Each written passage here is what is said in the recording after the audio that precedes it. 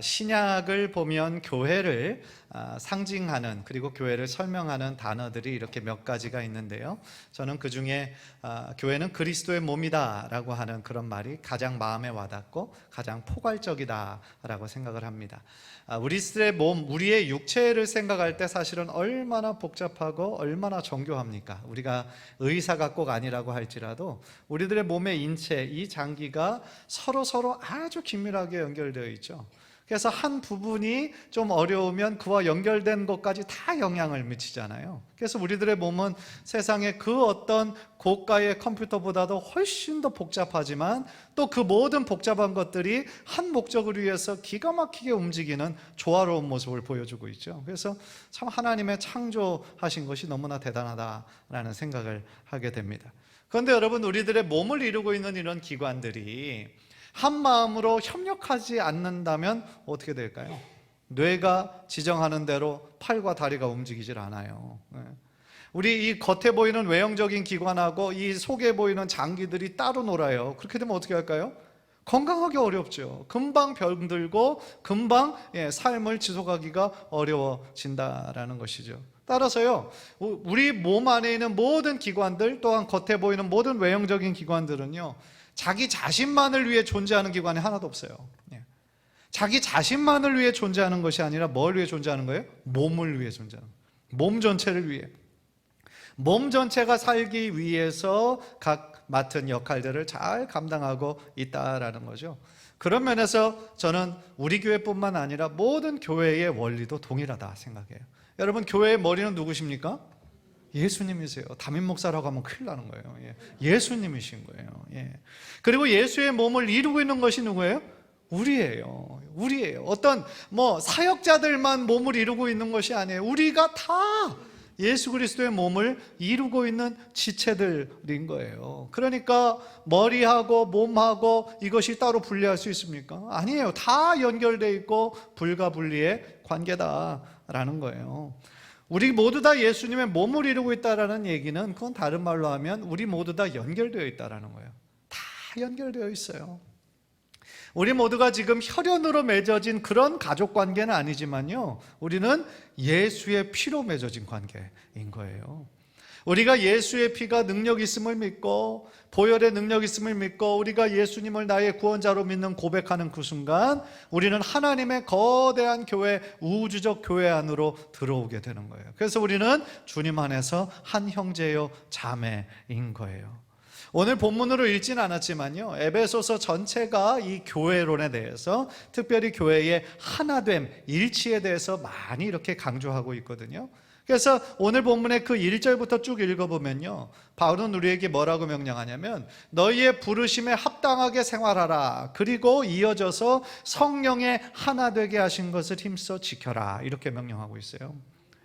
우리가 하나 되기 위해서 노력해야 된다 이렇게 말씀하지 않고요, 우리는 이미 하나라는 거예요. 이미 하나 된 것을 어떻게 하라고요? 힘써 지키라는 거예요. 그 근거를 바울은 삼위일체에서 찾아요. 우리의 아버지 하나님이 한 분이시다. 그리고 우리의 구원자 되신 예수 그리스도가 한 분이시다. 또한 우리들 안에 내주하시고 우리와 함께 동행하시는 성령님이 한 분이시다라는 거예요. 우리가 믿는 하나님이 다른 하나님을 섬기고 있는 것이 아니에요. 우리들 모두가 다 같은 하나님을 섬기고 있다라는 거예요. 또한 삼위일체뿐만 아니라 바울은 몸도 하나고 소망도 하나고 믿음도 하나고 세례도 하나다. 그래서 우리가 성령 안에서 하나 된 그 이유를 7가지를 들어 설명하고 있는 거예요. 즉 우리를 이렇게 성령 안에서 하나 되게 하신 것, 그게 하나님의 특별한 은혜다라는 거예요.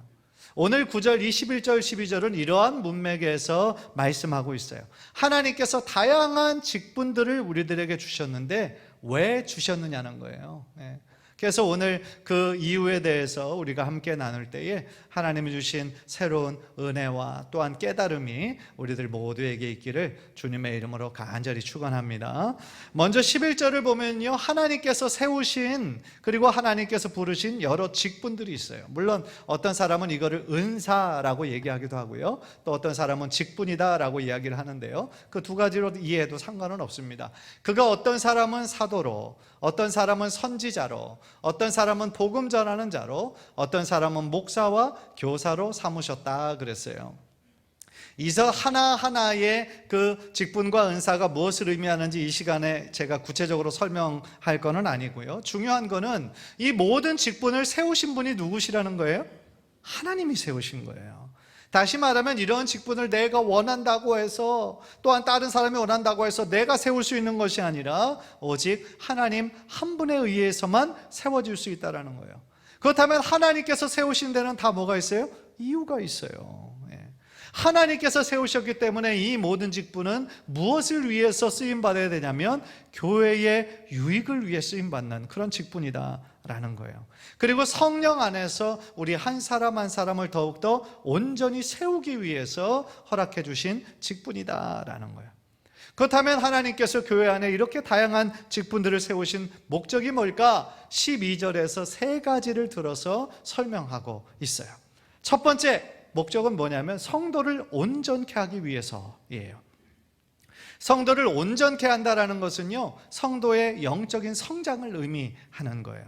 세번역 성경에서는 성도를 준비하는 것 그랬어요. 준비시키는 것. 그리고 영어 성경을 보니까 성숙해지는 것이라고 번역을 했어요. 우리가 흔히 이 온전함이라고 생각할 때 영어 단어 그 perfect이라는 단어, 완전한 거를 떠올리게 되잖아요. 그런데 여러분 생각해 보세요. 우리가 어떻게 완전할 수 있겠어요? 우리가 예수님을 믿어 구원을 얻었다고 해서, 하나님의 자녀가 되었다고 해서 완전하지 않아요. 우리 모두 다 실수하고 연약해요. 여전히 우리들에게 죄를 짓고자 하는 죄의 욕망들이 우리 안에 있어요. 그런데 예수님을 믿기 이전과 큰 변화가 우리 안에 생겼어요. 그게 뭐냐면, 그 전에 예수님을 믿기 이전에는 죄의 노예로 살았어요. 그래서 죄가 죄인 줄들 모르고 그 가운데 살았어요. 다른 사람들 다 그렇게 죄를 지면서 사니까 이러는 것이 당연하다 여겼단 말이에요. 여러분, 어두움 속에 있으면 어두움에 익숙해지잖아요. 마찬가지로 죄 가운데 있을 때 우리가 그것이 죄인 줄들 모르고 살았어요. 그저 나의 안에 욕심과 내 안에 욕망과 교만으로 그렇게 살았다 이 말이에요. 그런데 우리가 예수님을 나의 구원자로 믿게 된 이유 어떻게 됐어요? 그전에는 죄의 노예였지만 이제는 예수님께서 나의 삶의 주인이 되어주세요. 내 안에 예수님의 생명이 계세요. 따라서 내 안에 그전과 같은 그런 똑같은 죄를 지을 수가 없어요. 왜냐하면 이제 죄가 죄인 줄 알아요. 그렇기 때문에 죄를 지을 때 자꾸 마음이 꺼림직한 거예요. 꺼림직하고 이렇게 해서는 안 되는데 라고 하는 성령의 소리가 우리 안에서 들리기 시작하는 거죠. 그전에는 아무런 죄책감도 없이 다들 뭐 이렇게 사는데 뭐 그렇게 자기 합리화했던 모습에서 이제 예수님을 내 안에 주인으로 모시고 보니까 이렇게 하면 예수님이 안 기뻐하실 텐데, 예수님 안타까워하실 텐데, 그런 마음이 생기는 거죠. 그러면서 내 삶이 이제는 죄에게서 멀어지고 이제는 하나님을 좀 가까이 하는 삶을 살 때 내 삶과 내 마음에 진정한 기쁨이 이렇게 흘러넘치는 것을 경험하게 된다라는 거죠. 따라서요, 우리들 안에 예수님이 주인이 되어주시고 예수의 생명이 우리 안에 있기 때문에 우리는 예수님 믿기 이전과 똑같은 삶을 살 수도 없고 살아서도 안 된다라는 거예요. 그전에는 예수의 생명이 없었어요. 그러니까 육체로는 살아있지만 영적으로는 죽은 자였어요. 영적으로는 죽은 자였어요. 그런데 이제 우리가 예수님을 믿고 난 이후에 예수의 생명이 내 안에 있으니까 계속해서 주님을 닮아가고 싶은, 그리고 주님을 따라가고 싶은 거룩한 열망이 우리들 안에 생기는 거예요. 따라서요, 성도를 온전케 한다라는 것은요, 우리가 더 잘 준비되고 점점 더 예수님을 닮아가는데 그것이 목적이 있다라는 거죠. 다음 절인 13절을 보면 우리가 읽지는 않았지만 그 온전함에 대해서 바울이 조금 더 구체적으로 이야기하는 구절이 있어요. 13절 보세요. 13절 한번 다 함께 읽읍시다. 시작. 우리가 다 하나님의 아들을 믿는 것과 아는 일에 하나가 되어 온전한 사람을 이루어 그리스도의 장성한 분량이 충만한 데까지 이르리니. 여기서 온전한 사람이 또 나와요. 그런데 온전한 사람을 이루는 방법이 뭡니까? 하나님의 아들을 믿는 것과 아는 일에 하나가 돼요.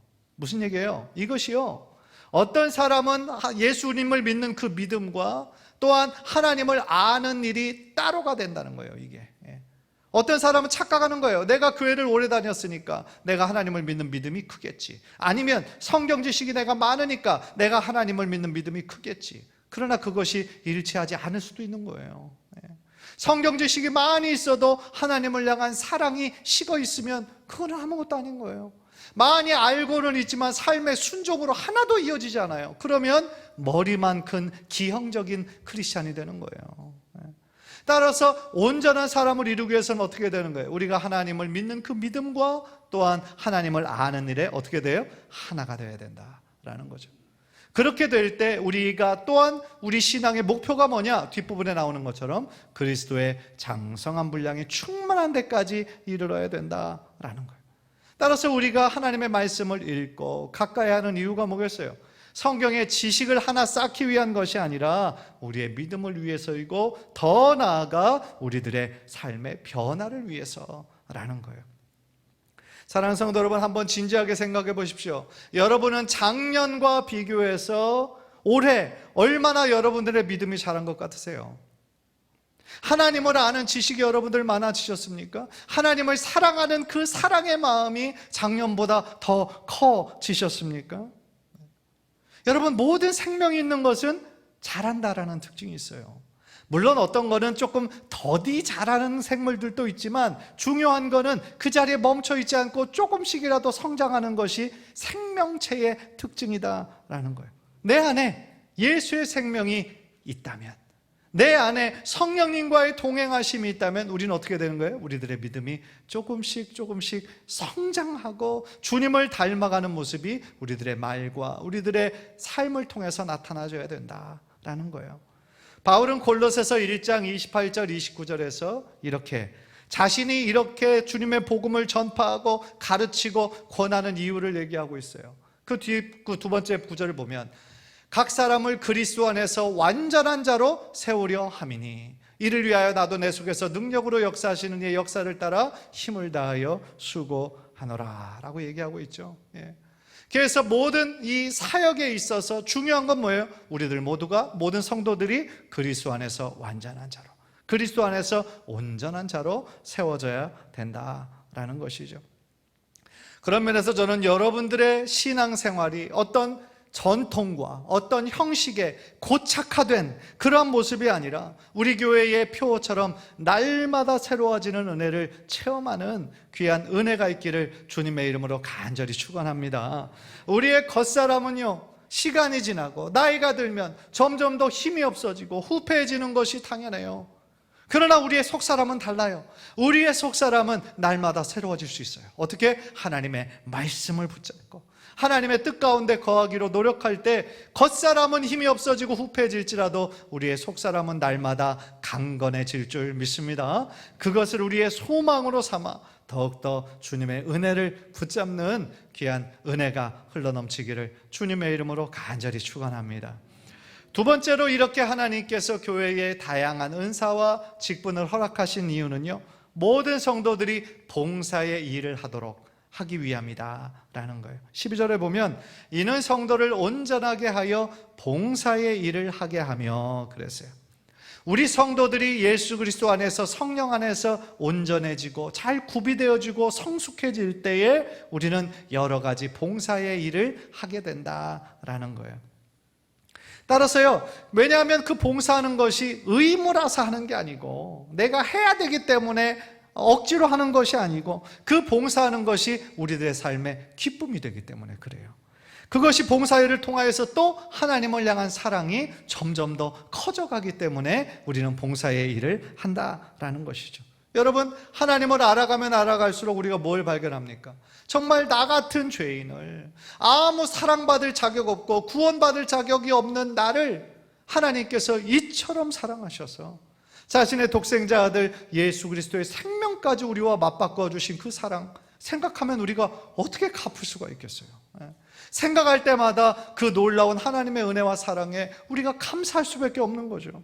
따라서 하나님께 감사하는 마음을 담아 우리들의 마음으로, 또한 우리들의 삶으로 교회에 필요한 구석구석에서 봉사하는 것이 우리들의 삶에 마땅한 하나님의 은혜에 대한 응답의 표현이다라는 거예요. 여러분 생각해 보세요. 교회에 많은 그런 봉사자들의 도움이 필요합니다. 이 일들은 다 하나님의 뜻을 이루는 중요한 도구고요, 또한 하나님의 교회를 든든히 세워져 가기 위한 목적이다라는 거예요. 예배를 위해서도 얼마나 많은 손길들이 필요합니까? 그죠? 찬양팀으로, 또 악기로, 음향으로, 또한 이렇게 찬양대로, 그죠? 여러 사람의 도움이 필요한 거예요. 또 예배하기 위해서 오시는 분들을 위해서 주차장에서부터 차량을 안내하고, 또 주보를 나눠주고 안내하고, 또 새가족 팀원들도 있고, 이러한 모든 것들이 다 하나님의 영광을 위하여 하나님의 교회를 위해 필요한 거죠. 또한 교회의 중요한 존재 목적이 아닌 목적인 교육과 양육을 위해서 또 많은 교육부의 교사들이 필요해요. 또한 성도들의 아름다운 교제를 위해서 식당 봉사하시는 분들도 필요해요. 전도와 선교를 위해 전도팀도 필요하고, 행정을 도울 수 있는 분들도 필요해요. 또 지역사회 어려운 분들을 구제하고 봉사하기 위해서도 여러 사람의 협력이 필요하다라는 거예요. 그런데 여러분 속으로 생각할 때, 나 말고 다른 사람, 특별히 전문 사역자들, 목사님들, 전도사님들이 그 일을 해야지 라고만 생각한다면 그거는 건강한 생각이 아니에요. 왜냐하면요, 하나님께서는 평신도들을 구경꾼으로 부르지 않으셨어요. 하나님께서는 모든 성도들을 사역자로 하나님 부르셨어요. 평신도들은 구경꾼이 아니에요. 마치 돈을 내고 영화관에 앉아서 나를 좀 즐겁게 하고 나에게 좀 감동을 주고 그런 것들을 다 보고 나면 또 그냥 집에 돌아가 버리면 끝나는 그런 것처럼 우리의 신앙생활, 교회생활이 되어서는 안 되는 거예요. 왜냐하면요, 우리 자신이 다 교회이기 때문에 그래요. 여러분 한번 따라해 봅시다. 우리가 바로 교회다. 우리가 교회예요. 여러분, 교회라는 단어의 그 헬라어를 보면 에클레시아라는 단어예요. 세상에서부터 구별받은 자들의 모임, 그 뜻이에요. 그게 교회다라는 거예요.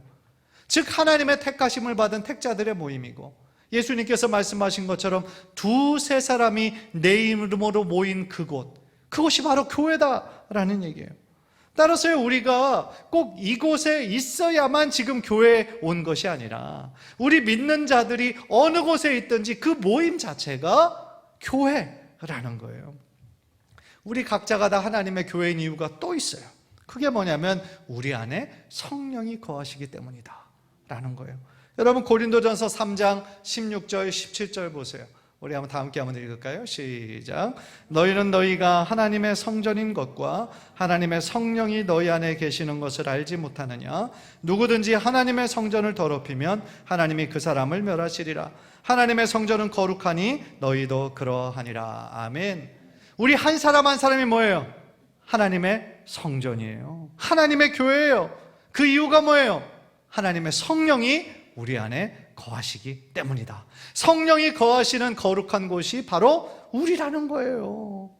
따라서 하나님의 성전인 교회가 거룩해야 되는 것처럼 우리들의 몸과 마음도 거룩해져야 된다라고 말씀을 하고 있는 것이죠.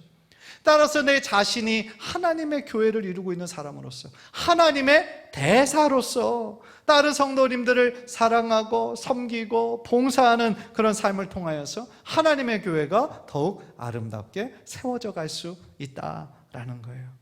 또한 여러분, 우리가 봉사하는 것을 통하여서 우리의 믿음도 성장하는 거예요. 섬기는 부서에서 다른 사람들을 만나잖아요. 그죠? 교제하잖아요. 그러면서 우리는 신앙인들의 모습이 어떠해야 되는지 구체적으로 배우는 거예요. 보통 성도님들은요, 목사가 교회를 위해 헌신하고 그렇게 자신의 삶을 순종하는 것을 보면 큰 감동을 받지 않아요. 왜냐하면 목사님이니까 그렇게 해야지, 그렇게 생각하는 경향이 있거든요. 지난 한 주 동안도 제가 교회를 얼마나 많이 생각했겠어요. 교회를 위해 얼마나 많이 기도했겠어요. 그죠?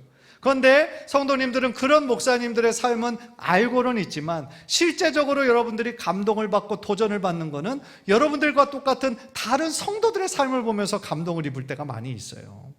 예를 들어서 식당에서 봉사를 합니다. 그런데 식당에서 봉사할 때 어떤 분을 보면 정말 기쁨으로 사랑으로 정말 섬기시는 그런 모습들을 보면 많은 분들이 은혜를 받고, 아, 나도 저분처럼 섬기고 싶다, 이렇게 섬기는 거구나, 그거를 마음속에 이렇게 깨닫게 되는 거예요. 또 새가족팀에서 또 오신 우리 교회 방문하신 한 분 한 분들 섬기는 것을 보면서 또한, 아, 나도 저분처럼 섬겨야 되겠구나, 그거를 배우는 거예요. 모든 교사들이 다 열심히들 하지만 특별히 그 중에서도 정말 그 영혼을 위해서 열심으로 기도하고 신방하시는 교사들이 있거든요. 그런 모습들을 보면서 다른 교사들도 배울 뿐만 아니라 또한 다른 분들에게 이 섬김의 본이 될 수 있다라는 것이죠. 그러면서 우리가 섬기고 봉사할 때 우리 교회를 더욱더 사랑하는 마음이 생겨요. 이 교회에 소속감이 생기고, 아, 내가 우리 교회의 일원이고 내가 반드시 있어야 할 교회고 나의 교회고, 그런 소속감이 생기면 더욱더 우리들의 마음이 행복해지는 것이죠.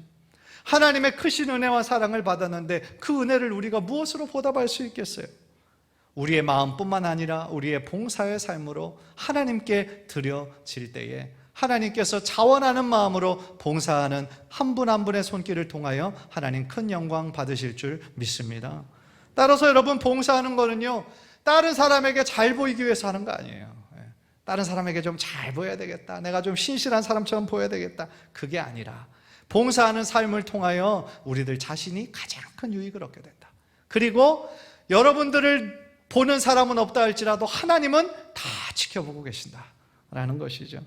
간절히 바라기는 우리 성도님들 모두가 이 교회를 이루는 하나의 지체로서 어떤 봉사의 자리든지 꼭 여러분들 참여하셔서 여러분의 신앙도 자라고 또 하나님 예비하신 풍성한 은혜와 축복을 많이 체험하시고 누리시는 복된 성도님들의 삶이 되시기를 주님의 이름으로 간절히 축원합니다.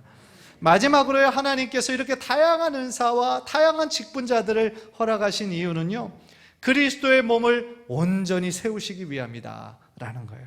12절을 보면 이는 성도를 온전하게 하여 봉사의 일을 하게 하며 마지막으로 그리스도의 몸을 세우려 하심이라 그랬어요. 그리스도의 몸을 세운다라는 거, 아까 그리스도의 몸이 뭐예요? 교회라고 그랬잖아요. 교회가 그리스도의 몸이에요. 교회를 온전히 세우는 걸 어떻게 해야 되는 거예요? 우리들 각자가 맡겨주신 역할과 직분에 최선을 다하여 충성할 때에 그리스도의 몸인 이 교회가 아름답게 세워지고 더욱더 부흥하고 성장하게 된다라고 지금 바울은 말씀하고 있다라는 거죠. 그런 면에서요, 저는 여러분들의 신앙과 또한 그 믿음이 점점 더 자라고 풍성해지기 위해서 오늘부터 목장 모임을 시작하려고 그래요. 왜냐하면 여러분, 이 소그룹이 5, 6명, 10명, 12명 이렇게 모이는 소그룹이 우리들이 은혜를 나누고 또 우리들의 삶을 나누고 서로를 위해 기도해주고 붙잡아줄 수 있는 가장 좋은 그런 세팅이 되기 때문에 그렇다라는 거예요. 여러분, 우리들의 삶의 변화, 우리들의 신앙의 변화는요, 이러한 예배를 통하여 성령의 강권적인 역사가 임하면 변화가 일어나지만 또한 각 소그룹을 통하여 성령님이 가장 강하게 역사하신다라는 거예요. 소그룹 활동을 통해서 우리들의 정체되어 있었던 신앙이 다시 움직일 수 있어요. 또한 피상적인 관계, 그냥 인사만 하고 머물렀던 그런 피상적인 관계가 다시 성도들의 뜨거운 교제로 이어질 수 있어요. 그리고 평신도가 계속해서 수동적인 입장에만 머물러 있는 것이 아니라 적극적으로 움직여서 큰 변화와 부흥으로 이어질 수 있는 사역이 바로 이 소그룹, 목장 사역이다라는 거예요. 무엇보다도 이 소그룹은요, 어떤 교회의 그 양적인 부흥을 이루기 위한 방법론으로 우리가 하는 것이 아니라 무엇보다도 교회의 본질이기 때문에 우리가 해야 되는 거예요. 우리는 그 예를 예수님에게서 찾아볼 수 있어요. 예수님의 제자가 여러분 몇 명이었습니까? 12명이었어요. 예수님은 수많은 사람들, 수많은 대형교회를 이룰 수 있는 분이었음에도 불구하고 왜 12명만 제자들로 택해서 그 제자들만 함께 데리고 다녔을까요? 왜냐하면 그 한 사람 한 사람이 예수님의 제자로 온전히 세워질 때 그들이 세상을 변화시킬 수 있다는 것을 믿고 계셨기 때문인 거죠. 3년 동안 예수님은 말씀으로만 가르치실 뿐만 아니라 삶으로 가르치셨어요. 3년 동안 이 공생의 생활을 통하여서 함께 먹고 함께 자고 예수님의 모든 사역 가운데 제자들이 그것을 보고 또한 실천할 수 있도록 주님은 철저하게 훈련을 시키셨다라는 것이죠. 초대교회도 마찬가지였어요. 여러분, 초대교회 예루살렘 교회만 우리가 생각을 하는데 예루살렘 교회 안에 수천 명이 모이는 대형 그 예배 그 집회가 있었지만 또 하나의 모임이 바로 가정교회 모임이 있었어요. 각 가정마다 모여서 떡을 떼고 음식을 나누며 서로 말씀의 은혜를 나누는 그런 모임이 굉장히 활성화되었었다라는 얘기죠. 사도행전 2장 46절 우리 한번 다 함께 읽읍시다. 시작. 날마다 마음을 같이하여 성전에 모이기를 힘쓰고 집에서 떡을 떼며 기쁨과 순전한 마음으로 음식을 먹고 그랬어요. 여러분, 초대교회 예루살렘 교회에 폭발적인 부흥이 있을 수 있었던 이유는 무엇보다도 성령님의 강한 역사였죠. 그런데 성령의 역사가 이런 가정교회 소그룹 모임을 통하여서 굉장히 많이 일어났다라는 거예요. 그래서 하나님의 말씀을 중심으로 모입니다. 뜨겁게 기도합니다. 서로를 붙잡아 줍니다. 서로 사랑의 교제를 나눕니다. 그래서 하나님께서는 그 모임을 통하여 날마다 구원받는 사람을 더하게 하셨다라는 거예요. 고린도 교회도 마찬가지였고요. 신약에 나오는 모든 교회들은 다 이런 가정교회 형식으로 되어 있었다라는 것이죠. 여러분, 우리 인간이라는 존재는 혼자서는 참 살아가기 어려워요. 외롭고요. 혼자의 힘으로만 살아가려고 하면 어느 순간 힘에 부쳐요. 낙심하게 돼요. 넘어져도 다시 일으켜 세워줄 수 있는 사람이 없는 거예요. 얼마나 안타깝습니까? 그래서 다른 사람들과 함께 좀 어울려 보려고 동호회도 좀 찾아보고 세상 사람들과의 교제도 찾아보죠.